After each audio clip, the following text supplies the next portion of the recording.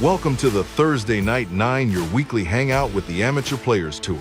Join hosts Matt Mender and Matt Fegley as they dive into recaps, rules, and what's coming up next across the tour. It's by the players, for the players, and it all starts right now, live on the Thursday Night 9. Hello, everybody. Welcome to Thursday Night 9. It's Matt and Matt, your host.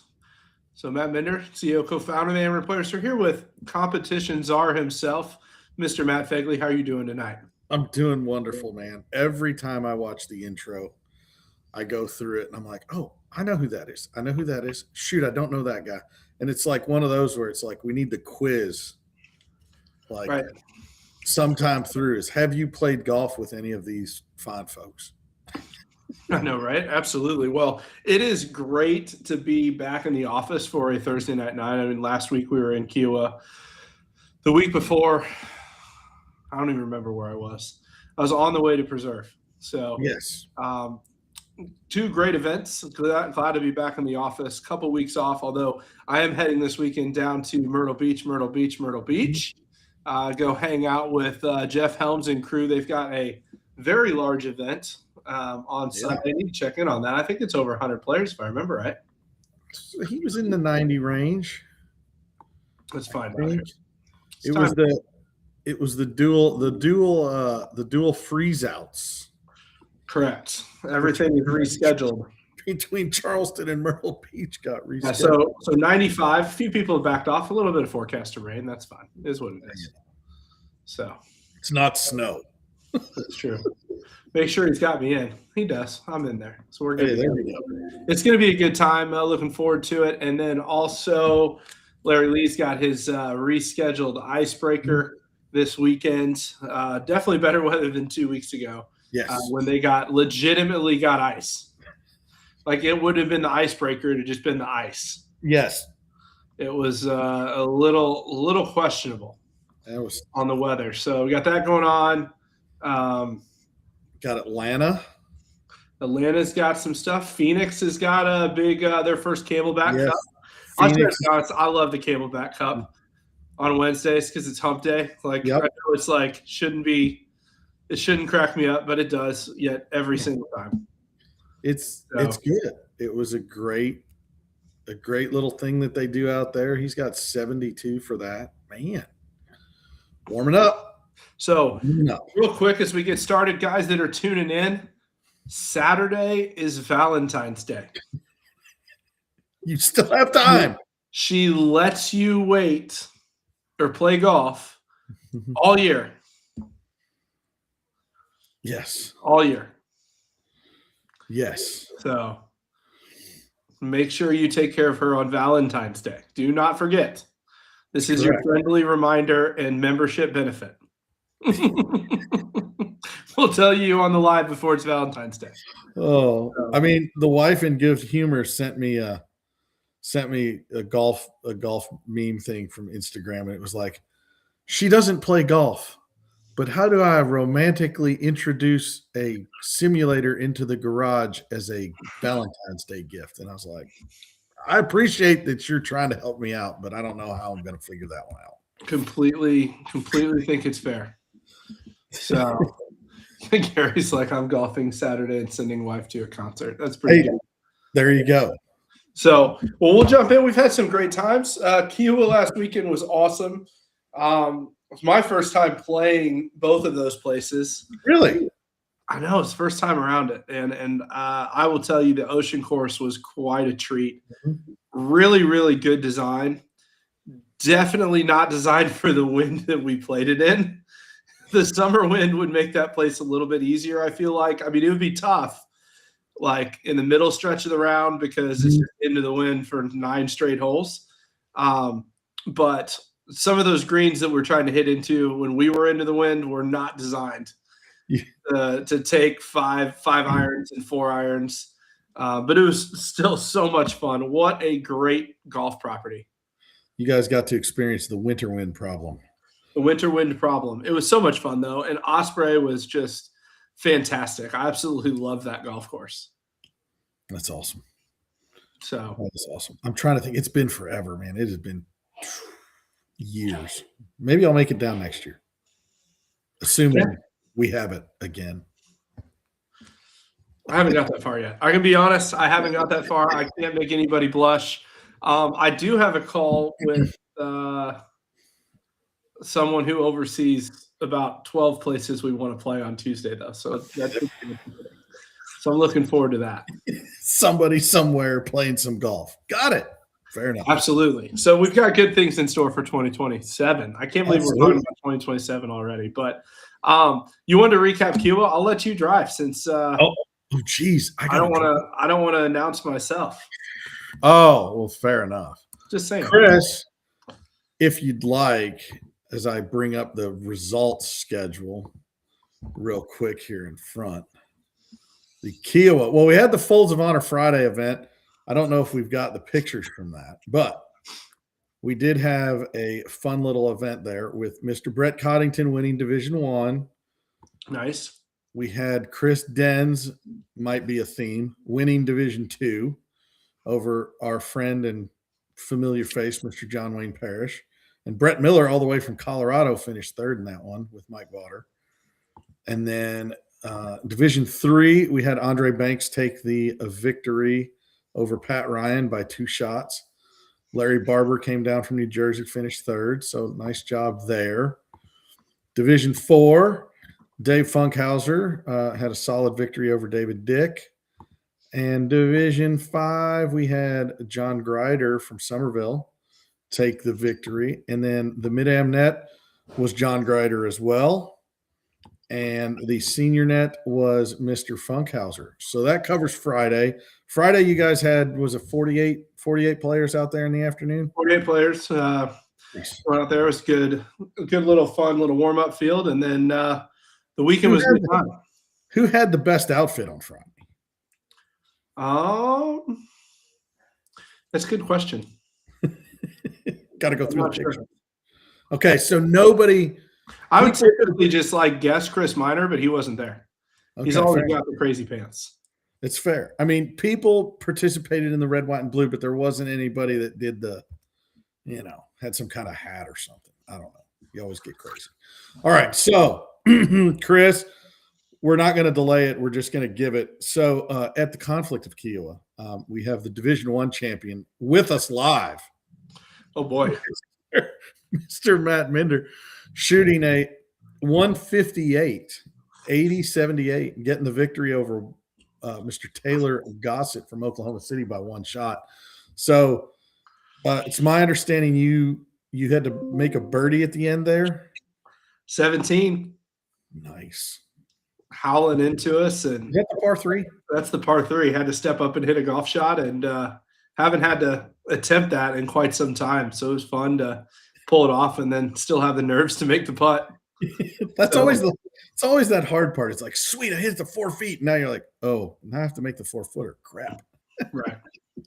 So it was a good time. It was quite interesting. Started off 12 over through 11, and then had to play a little bit better the rest of the weekend. It was not going well. So I was across the country in a sports book watching college basketball, getting a text going, hey, check out that front 9. And I'm looking, I was like, what the hell? You shot 46-34. Hey, it just goes to show when you guys are playing tournament golf, if you don't lose your head after a few bad holes, you have a chance to come back. That's very true. That's all I'm saying. I'm looking at this, and a couple of the guys that I was with knew you, and they're looking at that. They're like, he shot a 34. I'm like, yeah, but look at the front 9. Had it going. Dude, that was awesome, man. Way to stay in it. Way to stay in it. I mean, it was going pretty bad, Fegley. I'll be honest. I bladed it. I got to a par 5, like just short in 2, have like a 20-yard pitch, like set it up perfectly, green to work with, the whole 9 yards, and then blade it 30 yards over the green out of bounds. Oh, no. Good 7. Oh, man, you didn't even get to take the walk of shame. You just had to be like, oh, I guess. Yeah, just give me another ball, please. doing the caddy ball. So, all right. I'm glad Netflix wasn't following that one around. It would have been quite comical. Exactly. Well, I mentioned his name already once from Friday. So in Division 2, our champion was Mr. Christopher You know, Dens. it's his first major ever. Is it? I said, that's not him. Keep trying. There we go. There we go. Third time's a charm. So, yeah. Wow. His first major. And he did it kind of star-studded field coming in. So Yeah. it was so tough out there. I mean, it's so funny. People are like, it's just the golf course. I'm like, it is just the golf course. I mean, the wind picks up in the wrong direction like it did in the Ryder Cup in 91, because that's what happened, if you remember. And this golf course plays really, really hard in that wind. Yeah. Really hard. It's crazy. It was so much fun, though. Such a great golf course. It's so good. Well, and to your point, though, you bring it up, like Chris shot 75 day 1 and 88 day 2 to hold on by 1. It picked it up. It was supposed to blow 5 miles an hour. And then it blew like 25. In similar fashion, I mean, I'm looking at his scorecard. He finished 1 over on the last 3 holes to take it home after he had proceeded to decided to jump on the bogey train there on the front side. But, he was able to take it by 1 over AJ Lee, who shot a 164, more consistent, 81-83. Billy Davis was third, tied with Michael Lingenfelter. And then John Wayne rounding out the top 5. I will tell you, man, the first 4 holes at Kiowa on Sunday were really difficult. Well, because they were all into the wind, right? Right. So there you go. Got to have fun. All right. Next up, a man who has done this before, I believe. Mr. Rick Knepp was our Division III champion by one shot over Pat Ryan. Rick shot 87-88, consistent, got the job done. Pat Ryan was at 176. Don Weiss was at 177. Good. Andre, Andre Bakes wound up 179, and then we had a tie for 5th with Brian Down and Dan Rossi. So again, it was competitive rounds, man. Right there. Right. Another one-shot victory.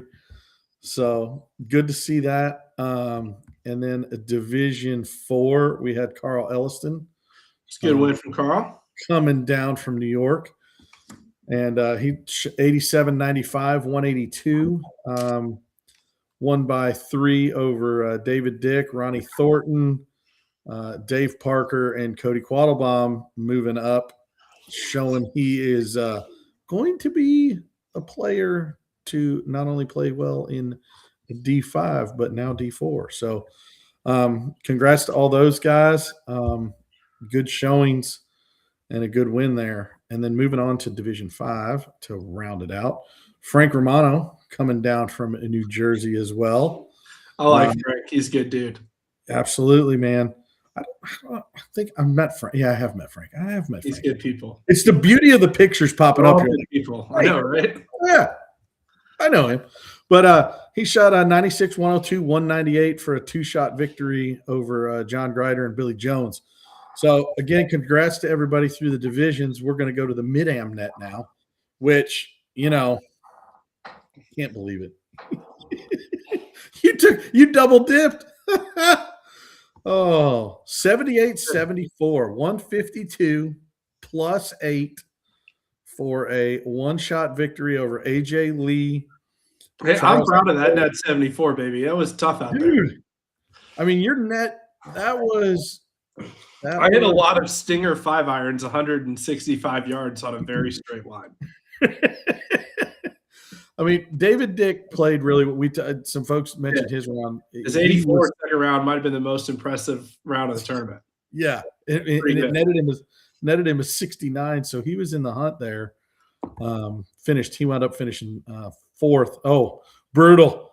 2 shots out of the money for the open net, but it was AJ, and Charles Howard finished the money there for the Mid-Am. Sorry, and going to the senior guys. There's a big tie. Ooh, 3-way. Three-way tie. You had Brett Coddington, Chris Dens, Mike Lingenfelter all tied and split the points.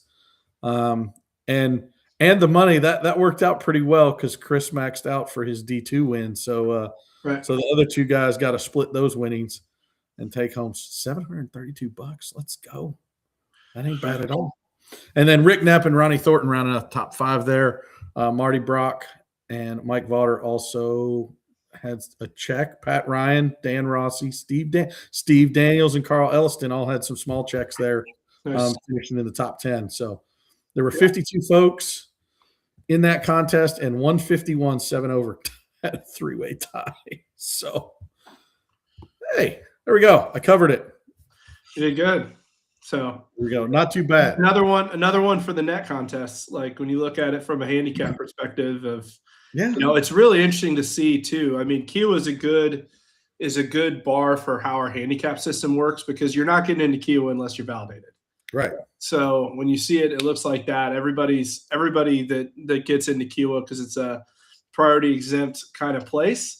You really get to see kind of how things work and with how difficult it was both days. I mean, definitely the Ocean course more than Osprey, but to see the scores lined in and it was really good. So And real quick though, and I think this is probably the first time it's happened.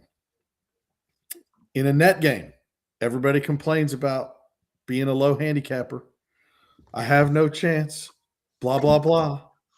Both the open net, mid-am net, and the senior net were won by D1 guys.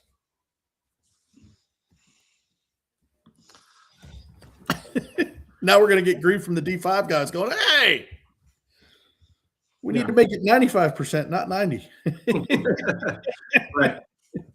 Right. But no. Absolutely. But jumping right in, majors, I got to tell you, majors are filling up fast for the year. We've got a couple good ones that have a couple spots left. We got about 6 spots left for the Pacific Coast Classic that closes on Sunday night, maybe Monday. I forget, the 16th. So that's Monday. About 6 spots left for that. That's at Bayonet, one of my favorite golf courses on the West Coast. It just sits on a hillside overlooking Monterey. PGA Professional National Championship has been held a bunch there. They've just redid the whole place. Yeah. And it is stunning up there. A really, really good spot, a really good test of golf. And you say February in Northern California is the place to be. It's a great time of year to be up there. The PGA Tour is there this year or this week. I know there's been some crazy videos down at Pebble. That's on the water. Well, it happens, right? But fortunately, we're doing this. We're doing this, but I will tell you, it's a better time to be there than July. So avoid the fog. Yeah, I mean, it's California. If you guys live anywhere else, like it's never really a bad time to be in California. Let's just be honest. Fair enough. So Fair it enough. is what it is. So we got that. We've got spots left at the Cinco de Mayo at Greyhawk, which is going to be awesome. I will tell those of you that like team events, I'll just tease this out. We're probably a week or two from the big announcement, but make plans to stay an extra day because there's going to be an awesome event the day after Greyhawk. I like it. With a new partner.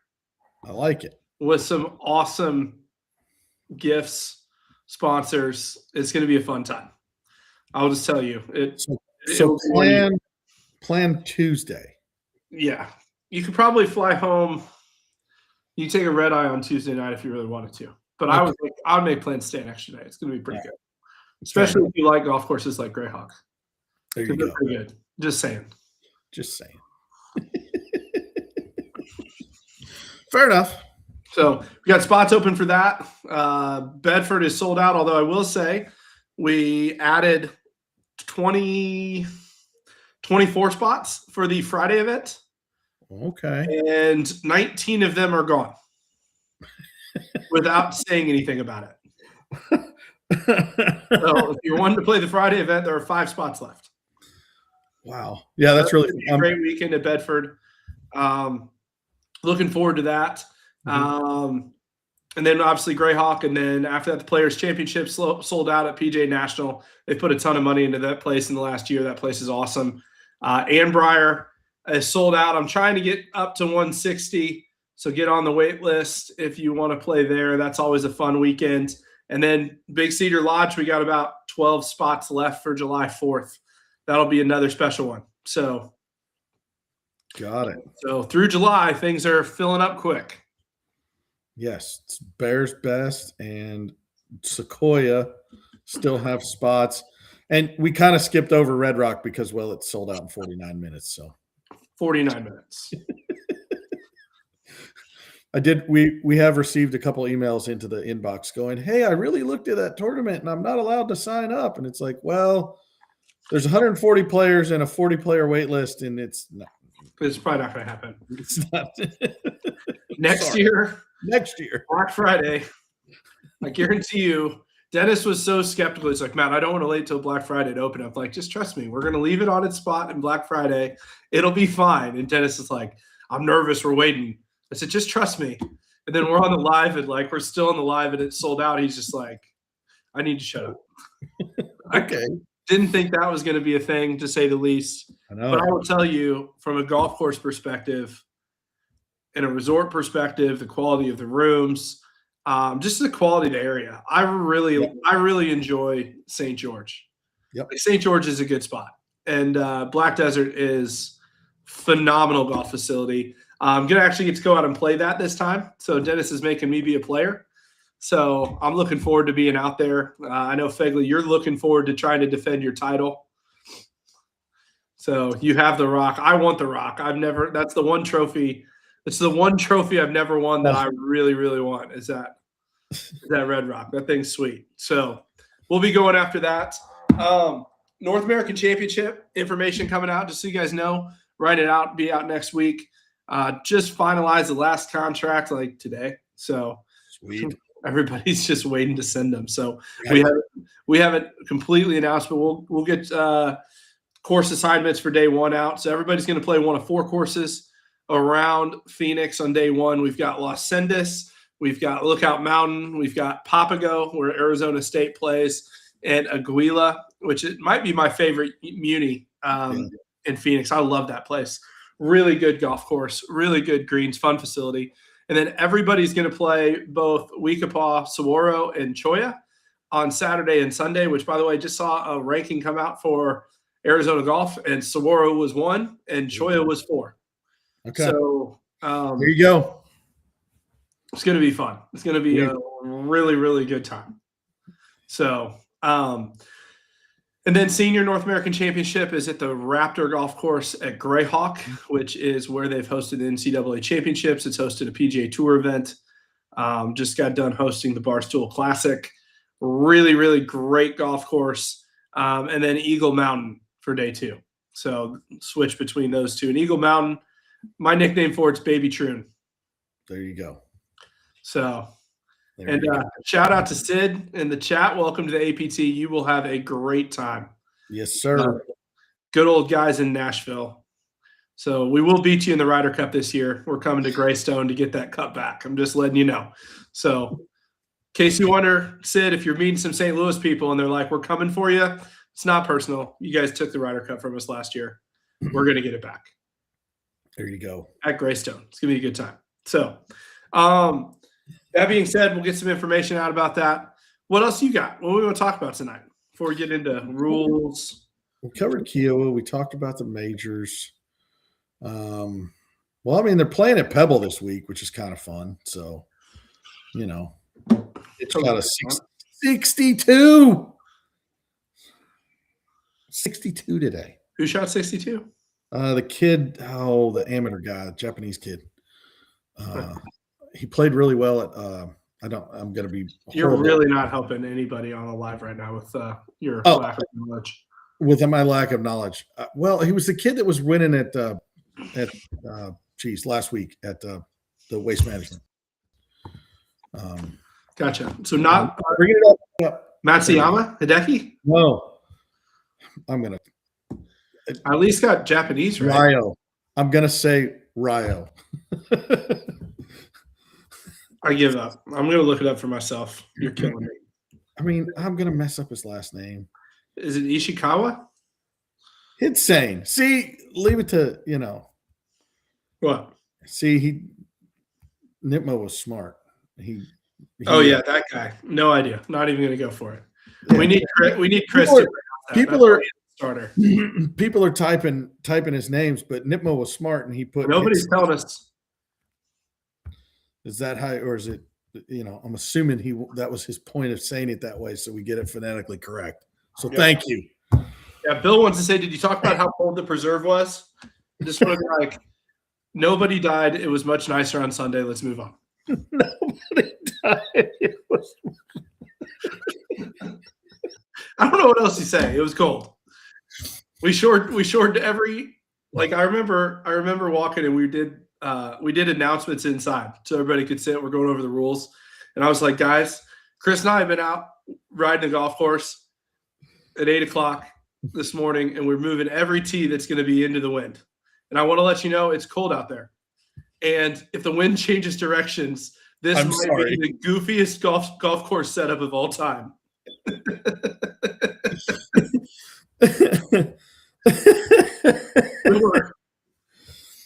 Oh, sometimes you just got to laugh, guys. It has been a brutal winter in the Southeast. Yep. Like I can't remember a time with Charlotte getting a foot of snow. right. Or it being Well, it was like 7 in Atlanta, or there being a frost delay at PGA National. So when was it? It was 7 or 8 years ago because I was here for a Christmas and they got a foot of snow in Raleigh. But it's been a while. It has been a while. Right. So anyhow, next winter's already looking much better. Exactly. Can't get worse. So man, it'll be good. We're going to California. Exactly. And I'm crossing my fingers. We talked about it today. The 10-day, we're crossing our fingers. The 14-day. Stop! Don't even say it. Now you're doing it. Okay, I got you. Doesn't matter until it's 5 days out. Exactly. Looking forward to it though. We got some wine stuff going. I'm playing on Thursday at the home course. We just announced my home venue. We got a women's U.S. Open qualifier, so it'll be fun. I think it's May 11th or 12th. But anyhow, that's neither here nor there. We got moving on to stuff. I guess let's just get into. You want to cover some member manual updates? We got a couple we should talk to, little small ones. Sure. I think the important thing is to make sure anybody that tunes in here probably knew that we did the thing about the rules. Yes, which we'll do some more of. We did that once. We're going to do it one. And then we've been talking about some feedback. Players have been expressing their thoughts and opinions, things that you guys might want us to see cover more explicitly. Let us know.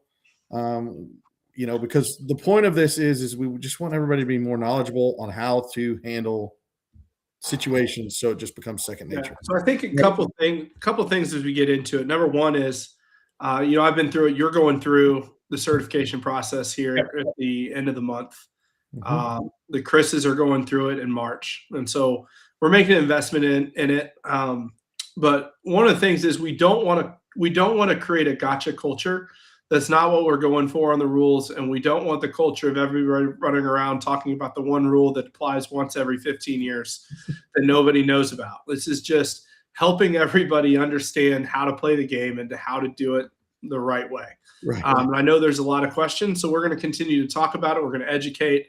We're going to continue the maximum score for Division 3 through 5 that kind of give us a little bit of a safety net for when something goes wrong in the rules. That things that would get a Division 1 player disqualified don't necessarily get a Division 3 or Division 4 or Division 5 player disqualified, and so allows us to kind of have a spot to learn the rules together. We're talking a lot about playing two balls when we don't know how to proceed. That protects everybody. That's probably number one. But we can jump straight into the rules. We had a great session, and we started with Rule 1, which kind of defines the game, the code of conduct, how to play, penalties, so everybody knows what happens when we miss it. Then Rule 2, which is really important. If there's one rule to start with, I'd start with Rule 2, which is the 5 areas of the golf course, because the rules apply differently depending on what area of the golf course that you're in. And so that's kind of the first thing. And then we skipped to Rule 8, which I thought we'd cover a little bit tonight, Fegs, because one of the biggest things getting into the rules is understanding the principle of the game is you play the course as you find it, and you play the ball as it lies. And so we get a lot of questions when things are in the rules, and people assume that they have rights to move things that aren't there. Right. And so from the beginning, if you don't know, you always default back to play the course as you find it, and play the ball as it lies. And that's what Rule 8 is all about. So if y'all have your rule books or the USGA Rules of Golf app, which if you play tournament golf, download the USGA Rules of Golf app. It is a free download. You can put notes in the rules, all of that. But we figured we would cover Rule 8. We're going to kind of pick a rule every night to kind of go through a little bit, but wanted to start this with Rule 8. I think it's really good as we kind of continue to lay the baseline. So those of you that are new to tournament golf or might be intimidated, say, hey, I don't know the rules. I'm here to learn it. We get it. There's a bunch of people that are. And so we're going to talk about it. So Rule 8.1 is to support the principle of play the course as you find it. This rule restricts what a player may do to improve any of these protected conditions affecting the stroke, which if you hear me talk about it after going through the rule certification, it just gets called CATS. They got me on it. I can't stop, so I apologize. Conditions affecting the stroke is CATS. What does it do to your CATS? That's going to be a question that comes up. Conditions affecting the stroke. And that's anywhere on or off the golf course. For the next stroke the player will make. So here are the conditions affecting the stroke. So it's the lie of the player's ball at rest, the area of the player's stance, the area of the player's intended swing, that's backswing, impact, and follow through. The player's line of play, which isn't just a straight line, it's where you're trying to land it and what might happen after. The relief in the relief area where a player will drop or place a ball. So those are the 5 protected areas that a lot of rules of golf go back to, these conditions affecting the stroke. Does what you're doing affect the lie of the ball, the area of your intended stance, the area of your intended swing, your line of play, and the relief area where you're going to drop or place a ball? And so guess what, Matt? What? That is exactly what the phone says. So anyhow. Right, absolutely. I'm reading along. There you go. And so this rule applies to actions taken both during a round and when play is suspended. It does not apply to, and this is where it's interesting because everybody thinks it's like, oh, well, I move loose impediments all the time that make my lie better. The removal of loose impediments or movable obstructions, which is allowed to the extent provided in Rule 15. There's a whole rule about what you can do. And it also doesn't apply to an action taken while a player's ball is in motion, because ball in motion is covered by Rule 11, which is a really fun rule. There's some crazy things in Rule 11. And so we'll just go for tonight and we can talk about them. We'll just stick at 8.1 at what isn't allowed, because then there's a whole bunch of are allowed. So when it affects your conditions affecting the stroke, which once again is the lie of your ball at rest, the area of your stance, the area of your intended swing, your line of play, or the relief area where you're going to drop or place a ball within the rules. Those 5 things. You cannot move, bend, or break any growing or attached natural object, immovable obstruction, integral object or boundary object, or tee marker for the teeing area when playing a ball from that teeing area. You can't move a loose impediment or movable obstruction into position, such as to build a stance or to improve line of play. Alter the surface of the ground. This is for Rich's comment in there. Replacing divots in a divot hole. Removing or pressing down divots that have already been replaced or other cut turf that is already in place, or creating or eliminating holes, indentations, or uneven surfaces. So that's the interesting thing, right? Because the whole divot thing, right, is always what I always have thought as a player, again, in dealing with this, is if something is attached or something is growing, be careful. Right. Just be careful, because again, they're not allowed. So again, the divot thing is interesting as well. So we can get into details later, but keep going. Just wanted to throw that out there. Right. You can't remove or press down sand or loose soil. This is one of those things that catches a lot of people, because sand and loose soil can be removed from the putting green, but not anywhere else on the golf course. Right. And then you can't remove dew, frost, or water. So There's Right. the other. There's the 5 things.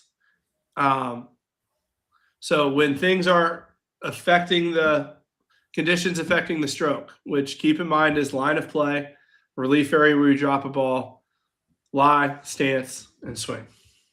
What if I replace a divot 7 feet away from me? Was it in your line of play? Probably fine. Right. Depending on how good you are at hitting your next shot in the air. In all seriousness. And that's the thing about line of play that's interesting is Scotty Scheffler's line of play and my line of play are going to look very different. Yes. But it's your line of play and what you intend to do. And line of play also gives a certain distance on both sides. So. And that results in the general penalty, which is 2 strokes. there we go. That's the thing. Some of this stuff can be pretty, but again, this is the big thing that folks need to understand is where your ball is and around the area, you got to be careful. Right. It's not a free for all. Yeah. So I'm running a report on something here. Oh, what are we running? Nothing in particular. I'm just looking to answer some questions. Oh, okay. I got you. So keep going for a second. All right. Well, all right. Are we just going to cover? I mean, I'm trying to think of situations. Again, like the tee marker situation was brought up. That's for the hole you're playing, not for another hole. Like if you hit it onto another tee box, that then probably falls under a movable obstruction. I don't know for certain, so don't quote me. Okay. You can't fix a ball mark if you are putting from the fringe, if it is in your intended line of play. Chris, is the ball mark on the green or on the fringe? That's the question that gets answered. If it is on the fringe, no, with one exception or a couple exceptions that I'll get into. But if it's on the green, you're fine. You may improve a ball mark on the green. If it is off the green, it comes down to, there was one exception because we talked about this in the rules thing. Say the ball mark was created by a ball that landed after your ball was standing there, then you may fix it. But that's really the only exception, Matt, that I was made aware of. So yeah, you can restore conditions. If your conditions are worsened after your ball's at rest before your next stroke, you can restore them. So that would be the one exception. The other exception would be you can always care for the course if it doesn't affect your cats or your playing competitors' cats. You can't improve their cats either. Correct. That is a big thing. You need to be cognizant of I wouldn't do it till everybody got on the green if it were me. Yep. But that is correct. And that's one that, that's it. And then again, divots. So I got one more thing to look up. So I'm trying to answer questions. Oh, okay. Oh, it's okay. I'm just looking. It's okay to address Adam. I'm just going to go to questions to address Adam's comment. That's what I'm working on. Just give me a second. Oh, I know. Well, but that's some of the stuff that we've been talking about. We had a very good conversation in the rules group about the 3-minute situation. Yes. 3 minutes is 3 minutes. 3 minutes is 3 minutes. And one thing that we do announce, and Chris is very religious about stating his 3 minutes to find the ball. He also then, appoints a person to essentially be the timer. That's always a pretty good practice because then the time is the time. So right. That's the key. A couple of things we need to address in 3 minutes. Go ahead. I love talking about this. So first of all, it's 3 minutes total. It's not 3 minutes for one guy's ball and then 3 minutes for somebody else's ball. So let's talk about how to do this. The 3-minute timer starts when you get to a position where you can fairly search for your ball. You have a reasonable amount of time to get to your ball. So that means if you walk out in the fairway and screw around while your partner's hitting and you can be looking for your ball, your 3-minute timer's already started. You need to go to your ball and start searching. People that didn't lose a ball in the hole in your group, go hit and then go look for the ball. It's 3 minutes total. Mm-hmm. And if you can't find it in 3 minutes, you've got to proceed under the rules, whether it be in an out of bounds situation under stroke and distance, or if you hit it if your ball's lost in a penalty area, then take relief under Rule 17. But it's 3 minutes total. And the point is, what guys don't understand, and we're going to preach and preach and preach and preach and preach. And Adam keeps talking pace of play in here, and I appreciate that. It takes guys looking at people and saying, look, I know that we're not that far behind and we just had a bad hole, but that bad hole screws everyone else up. Even if you get caught back into position, it screws up pace of play for the rest of the day. The key is, if you want good pace, and we're a tour that we have a very big majority of people that want great pace, is that we have to not allow people from a peer standpoint to spend 7 minutes looking for a golf ball and then fumble around, because once you get out of position, everyone else is going to be slow to that hole, and then you're just creating an issue. And so the key to good pace is actually staying within pace the whole day. All the time. All the time.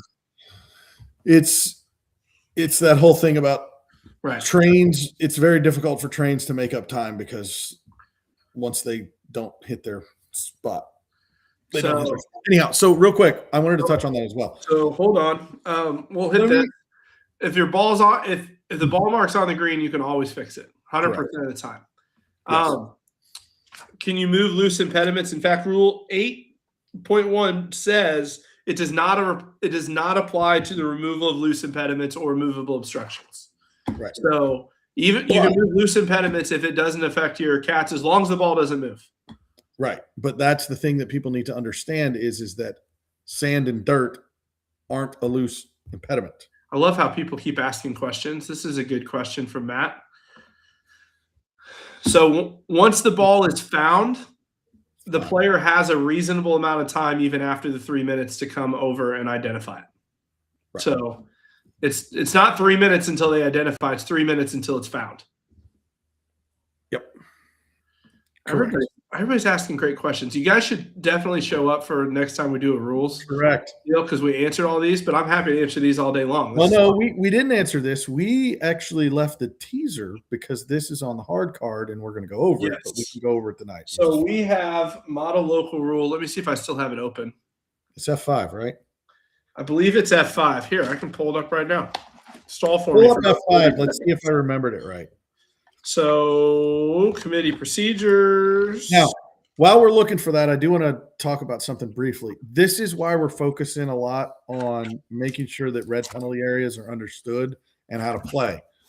Because when we invoke calling high grass, tall fescue areas of high grass, a penalty area, a lot of that has to do with pace of play. So when you go into that area, we know it's difficult to find the ball. We don't need you going back to the tee to hit another one. That's why that's the thought process of about invoking and calling those areas a penalty area, because when you don't find it, you're probably not going to want to hit it, or it's going to be very, very difficult to extract the ball from it, because if you don't find it quickly, it's probably super buried. So then you just proceed under the red penalty area and take a drop and move on. And that's one of the things that we're trying to stress, is getting everybody to truly understand how that rule works, to make sure everybody knows how to do it. It's where it crossed, not where your ball is. It's where it crossed. And then making sure that you utilize that in the appropriate way so we can keep and help with this pace situation, which it starts with the two biggest things is 3 minutes and then red works. So high level. Anyhow, we'll rewrite on it BF5. I will handle it, yes. So I'm just going to explain it because it's a whole page of stuff that we modified. So basically, F5 is in effect for us, meaning that if your ball is within 2 club lengths of an immovable obstruction, and the immovable obstruction is within 2 club lengths of the green, which in this case, an immovable obstruction is most always just going to be a sprinkler head. It's going to be a sprinkler head of some kind. Of some kind. You get relief for line of putt. Yeah. If your ball is in fairway height or less. You don't get it if you're sitting in the rough, but it's got to be fairway height or less, which, yes, does include fringe. Yes. so you get relief from those obstructions. So let's see. I'm going to circle back because Travis was going to. Travis is like, you skipped us. If that leaf that you hit affects your actual swing at the ball, yes, you would get a penalty. Although the leaf, I think there's probably a good. I'm sitting here like I probably should read the clarification on that because I'm sure there is one, but you shouldn't do that. Yes. In any way, shape, or form, you should avoid doing that. Because you're going to have a rules official looking in the rule book going, what did that clarification say on Rule 8.1? Right. Which I'm going to look right now. Well, and this is the important thing, right? If you're taking a practice swing in a situation where you're in a situation like that, go far away. Correct. But then it goes down the rabbit hole of the pine straw and how that all anyhow. Oh boy. So anyhow, the 2 and 2, just to clarify, if the sprinkler head is within 2 club lengths of the green and you are within 2 club lengths of the sprinkler head and you want to move your ball based on line of play because I'm assuming you're going to want to putt, that is fine and appropriate. Yeah, that is a drop, by the way. So anyhow, this is a fun one. Looking for the clarifications on the leaf. Yeah, I would say you're probably getting a penalty for that. It's gonna be an interesting one. Yeah, I'm pretty sure you're getting a penalty for that, but I'd have to call it in. Well, again, was the leaf that fell within your line of intended swing? Correct. Or did it just randomly fall from the top of the tree? If it fell from the top of the tree, then no. But if it was right next to your ball, and then it'll go down the line of, did you cause the leaf to fall? Was that it? Again, right. How about this? If we solve the situation of guys stomping on tall grass, pushing unknowingly that they are in violation of this rule when they push all this stuff out of the way or break stuff or stomp things down, that is the intent of this. It's like, guys, you can't do that. These minutia things, it's important. It's important, but it's more the general idea of make sure you're not improving your condition. Sorry. I'm going to address the pace of play. Is at some point, Adam, if you're going to keep going on this, have you talked to your tour director about the specific player that you see? Because the tour director can't be everybody. Number 2, I would tell you that it would be unfair to say that no pace of play penalties ever get issued, because I can assure you from our desk, we get complaints emails about people that got pace of play penalties issued every week. And so we're going to continue to talk about it. We're going to continue to work on it. I will tell you that it's not an APT specific problem. It's a golf problem. It's a golf problem in general. I know in our market in St. Louis, one of the biggest things we fight with is most of the golf courses in St. Louis don't have marshals out on the weekend. And the marshals that are out there on these courses don't enforce pace of play. And so you go out to play on a Saturday at 10:30 in the morning in St. Louis on a public foursome, and you can be out there for a very, very long time. And so you bring people that are used to that, and then they come in to play tournament situation, you add some nerves. And so it's constant training, constant battle.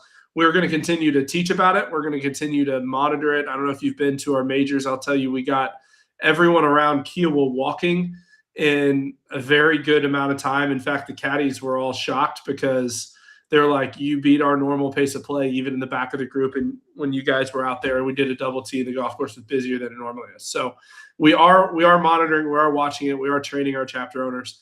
Is pace of play perfect? No. The hardest thing about pace of play, and the truth that a lot of people don't want to deal with sometimes, is a lot of times pace of play problems happen before our tournament even starts. If you get a public group that plays 5 hours and 20 minutes in front of you, the tournament's not going to go any better because you can't make up time. So, but feel free to shoot either one of us an email. handicaps@aptgolf.org gets to both of us, and we'll be happy to listen to your concern about the players and see what we can do to help. Jesse, a mole trap is not an immovable obstruction. It would be abnormal course condition. Mole trap is. I'm thinking mole hole. The hole falls under an animal. I would treat a mole trap as an immovable obstruction, probably. I'm sure there's a clarification, and some rules nerd is going to be on me, but I would rather you take relief from it than try to move it and like lose a hand. Yes. So that would then fall under. I'm sure there's the dangerous condition and all that other fun stuff. Dangerous. It'd be interesting. So there's dangerous animal. I'm not scared of the mole. I'm scared of the mole trap. But yeah, again, that's the whole thing, guys. Pace of play is a group thing. To quote the wise poker analogy, this is a good one. As they say, when you're in a poker game, and those of you that get the reference, great. If you don't get the reference, I'll explain it. If you don't know who the fish is, it's probably you. And as that relates to poker, it basically means you're the crap poker player that everybody's going to take their money from. Right. So everybody's going to take the money from you. So if you look at the group, which one are you on? Are you on this one? Is this where you're at? I'm in this just kind of the situation. If you're in a group and you don't know who the slow player is, it's probably you. Right. So here's how it works for pace of play. So first of all, if you get put on the clock and you wait to say something until you're on the clock, the chapter owner is already out there. And so, yes, I would be leaving that person behind and making it very obvious that they're the slow person. That's unfortunately part of it. So let's go back to pace of play from the very beginning, because I'm going to teach everyone on here so you can share it with a friend how to do it. Your group is, because everybody wants to be super comfortable and never wait. That's the first problem. And if you're in tournament golf and you're teeing off in 9-minute intervals, you should be waiting a short amount of time a lot if you're in proper position. And so the best checkpoint is if you're on a par 4 and you get to your ball in the fairway and the group in front of you has already cleared the green, you're behind. Yep. And that should be the marker to say, hey, we really need to pick it up a little bit because we're not in position. In position means I'm waiting on the group in front of me to clear the green on a par 4. You should always be waiting on a par 3. Always. So in proper pace. And not for 5-10 minutes. We're talking 1 or 2 minutes, which, by the way, gives you time to go through your routine, pick out your clubs, shoot, and then when they go, you go. And actually, that's how golf's designed to work. So the first step is when you get behind a little bit, that's the first time to start the conversation with your group. The second time is when you realize that you're a full hole behind, which is a long time. You're way out of position, 2 shots out of position if you're holding behind, which is 6 to 8 minutes behind where you need to be. That's when you need to say at the second time. And when a chapter owner gets out to put you on the clock, it's usually because you've got to a very big gap. So everybody's fine saying, oh, we're only a hole behind. No, a hole behind's a big deal. A lot. It's a lot. So by the time the chapter owner comes out to put on the clock, and I've told this guy twice to speed up, as soon as the chapter owner gets there, I'm going, hey, man, we've been talking to this guy for 3 holes now. To get going, please keep an eye. We're doing everything we can, and I would be playing ready golf. So there's a couple things that happen from pace of play that kill it every single time. I literally watch every slow group. All I do now is monitor pace of play. So we're out there, and we see it all. Super simple.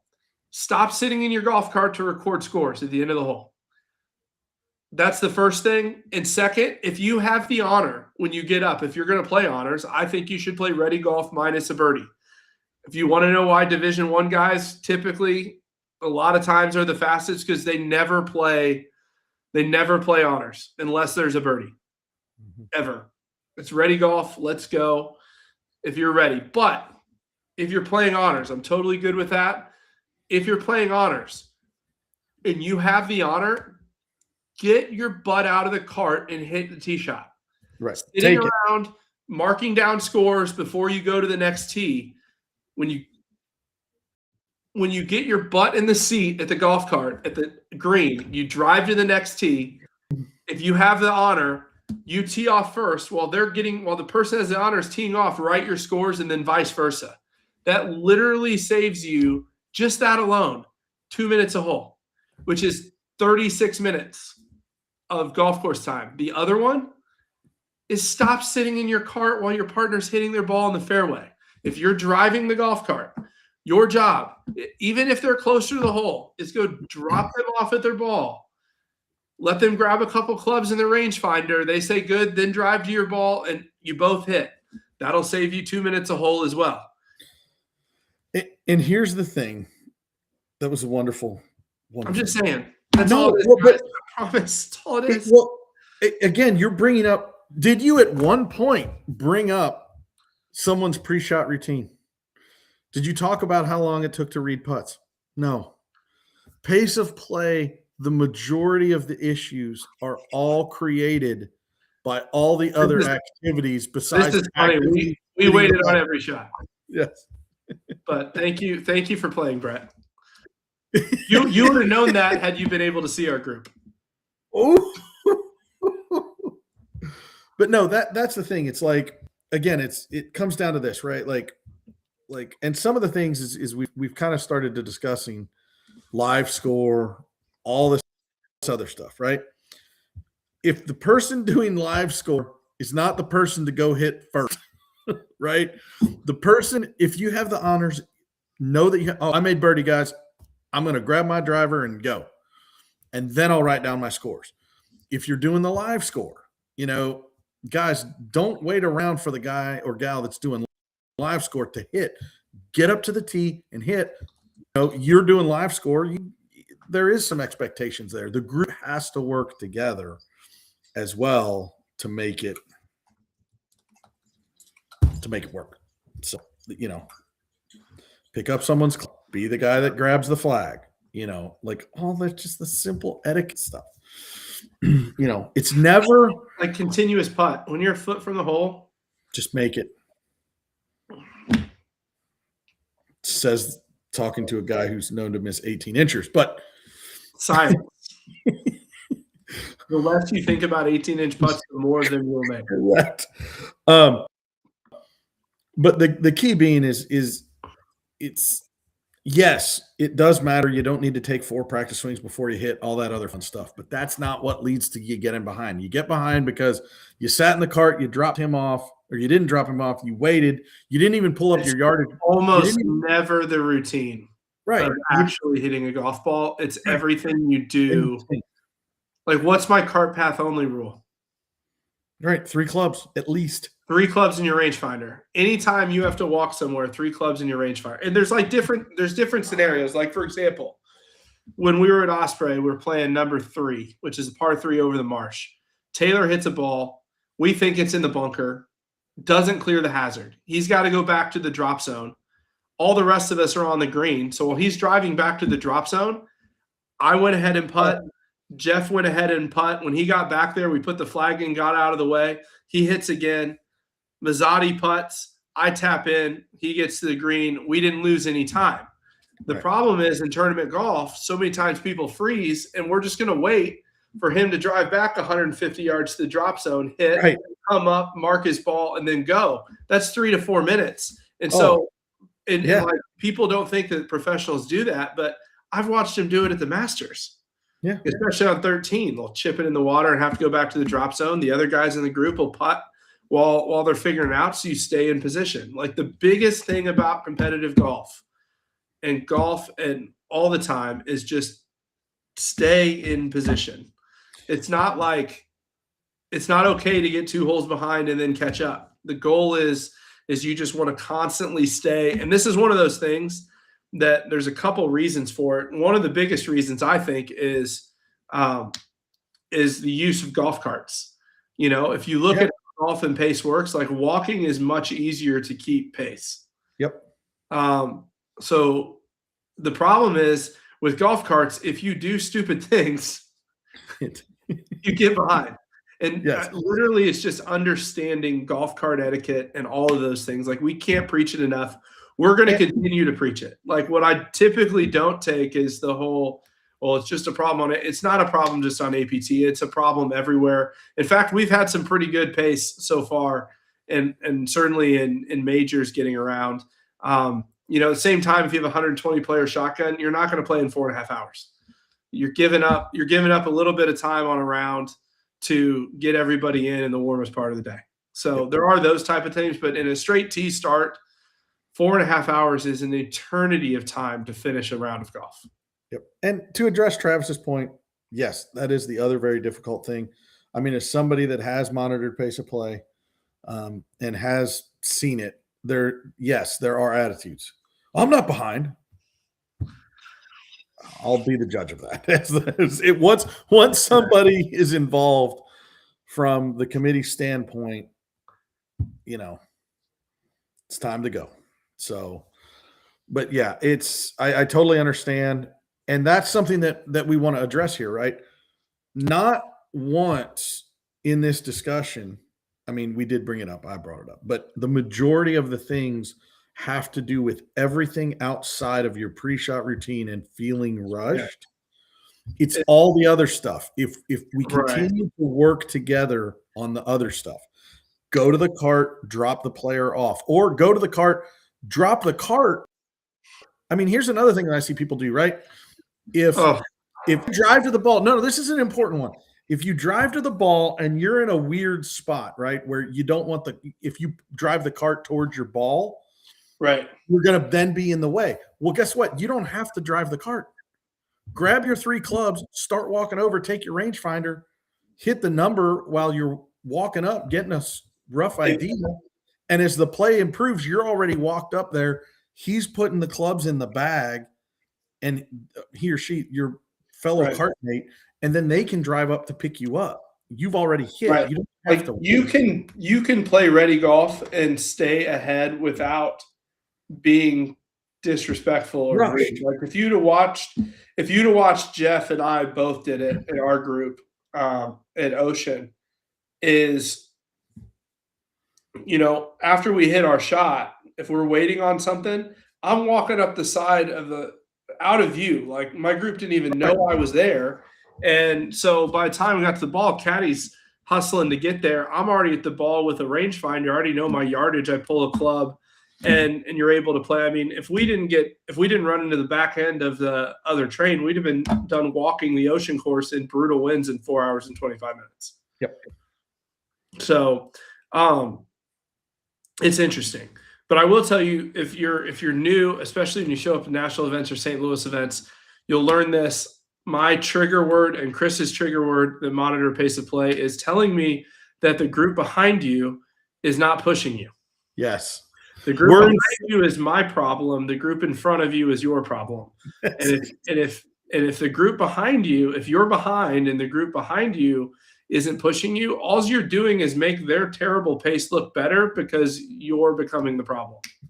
So if you're in position, I'll take care of everything behind you.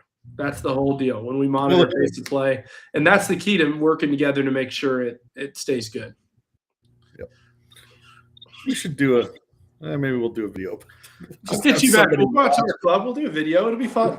We'll just watch, guys. One of us will walk back and just have a camera and go, watch. When we talk about this is what we need. His cart's here. He's walked over. Boom, boom, boom. Everybody's hit in a minute. And the one that I'll never forget. I was working pace, and I had a group that's behind. This is a former member because he got mad that I penalized him twice that day,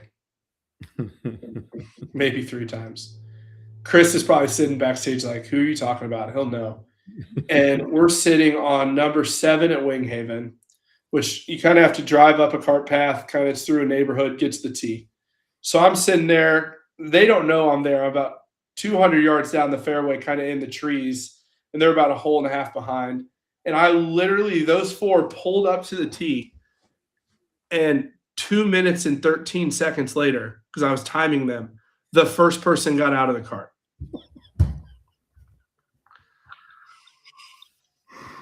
It was literally 3.5 minutes before someone hit a golf ball. Oh my God.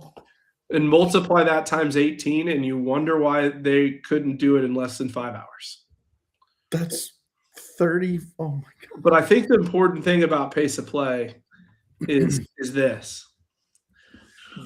Doing little things consistently make a huge block of time up. Mhm. You know what I mean? If you're struggling and you're at 5 hours, saving a minute a hole It's 15. takes you to 442. Mhm. If you can save a minute a hole in the fairway and a minute a hole by not screwing around at the green in the tee box, that's the difference between a 4.5 hour round of golf and a 5 hour. Not changing how you read putts, not changing how you take practice swings, just doing small things that make a big difference. That's all it is. It's I not appreciate that hard. that was funny. We got the cart girl comment. That was pretty good. I like that one. Honestly, that's fair. If you ask Chris what the biggest problem in pace of play is, he will tell you it's usually the cart girls. Yeah. You remember that year at Kierland where that lady's like standing in the fairway yelling at us, like yelling at our groups that are finishing in 420, and we literally were like, your cart girls are rolling up to our guys in the middle of every fairway. For the love of God, if you need us to play in 4 hours and 20 minutes, you need to stop letting the cart girls screw everything up. Oh God, that's awesome. We need to sell more beverages and we need the golfers to play faster. Well, but to that point, there is a Notice way. who's not on the North American Championship rotation, and we're in Phoenix. But at the same point in time, there is a proper way to get drinks from the beverage cart if it comes. Yes, while the rest of your group's hitting. Right. Hit your shot. Go hang out with the cart girl. Go to the beverage cart if you're the furthest one up. Go to the beverage cart while they're hitting, and then go. It's all good. So, anyways, But don't go to the we'll beverage keep talking cart about with Facebook. all the clubs and a That's ring. started tonight. Yeah, sorry. That's my trigger issue. Well, we're at that time of year. We'll be talking about it. I just. So, Fagley, just so you know, Rick Lee wants you to call him. He texted Oh yeah, me. I know. He did. He sent us an email. You're delaying. Delane, Oh, it's been a day. Oh. Dude, it has been a day. I'll give you that. It's all fun. We got any questions? We're over time. Chris isn't even like. We've been answering. What do you guys get? You go to rules and it just goes off the rails. No. Rules and pace of play. What else Rules is and there? pace of play. The two important things on an amateur tour. And handicaps. Handicaps. We didn't even talk about member manual. We'll talk about it next week. Next week we got a new chapter to announce. No. I'm pretty excited about it. I am too. It's going to be good. He's good. He's going to be really good. So I'm excited about Michigan. Michigan. Yeah. Orlando, Western Kentucky. Mm-hmm. So it's gonna be a good year. A couple weeks off on the national schedule. Chris needs a break. Poor guy. He's worn out after 2 weeks on the road. I don't blame him. It's not easy. No. He's a truck driving man this week. He's a truck driving man. We need to get him a CB and a handle.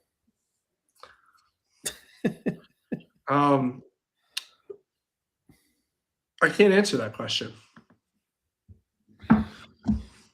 Brandon, how big of a check do you want to write? Can't answer that question.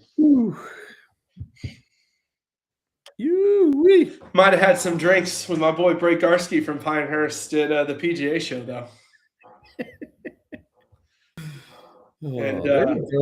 And it's funny because Bray used to work at Reunion, where the guys at Reunion are good friends, and couldn't stop talking about how much they loved hosting the APT.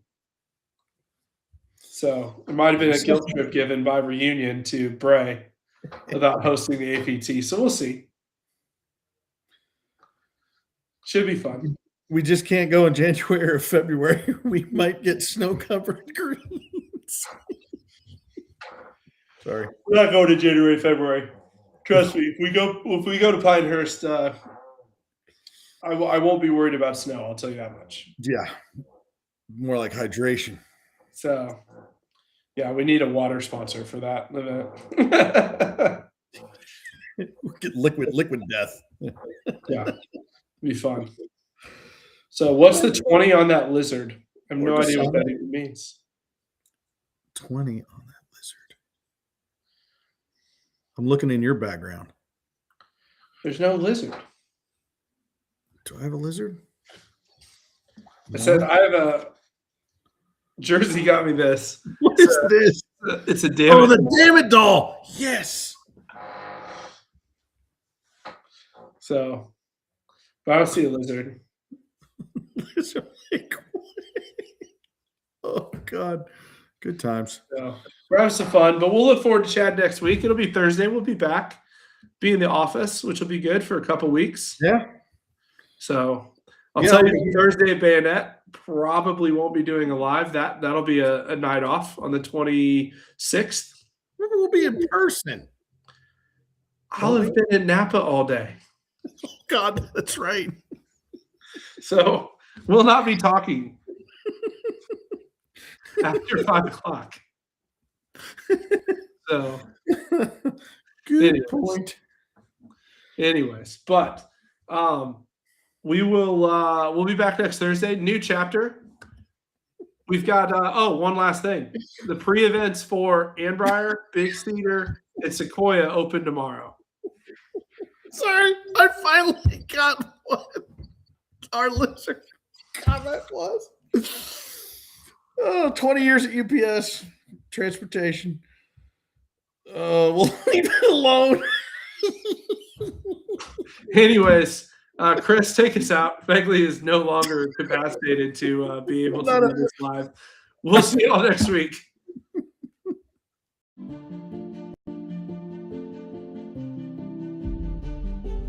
Get there. Get there. Get there. Get there. Those two words are said by golfers all over the world as a sign of respect, a whisper of encouragement, a roar of support.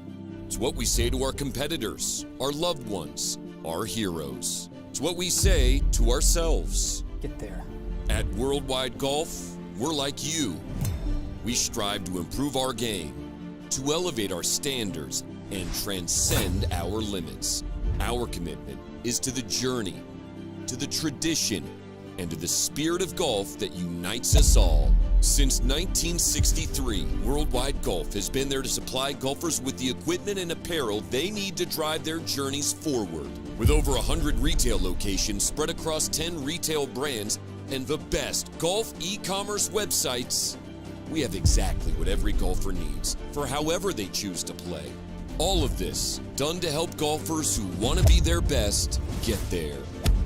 We are golfers, and we're here for golfers. We built a brand around evolving the game and having what you need to play your way, and it shows in every product we offer and every experience we provide.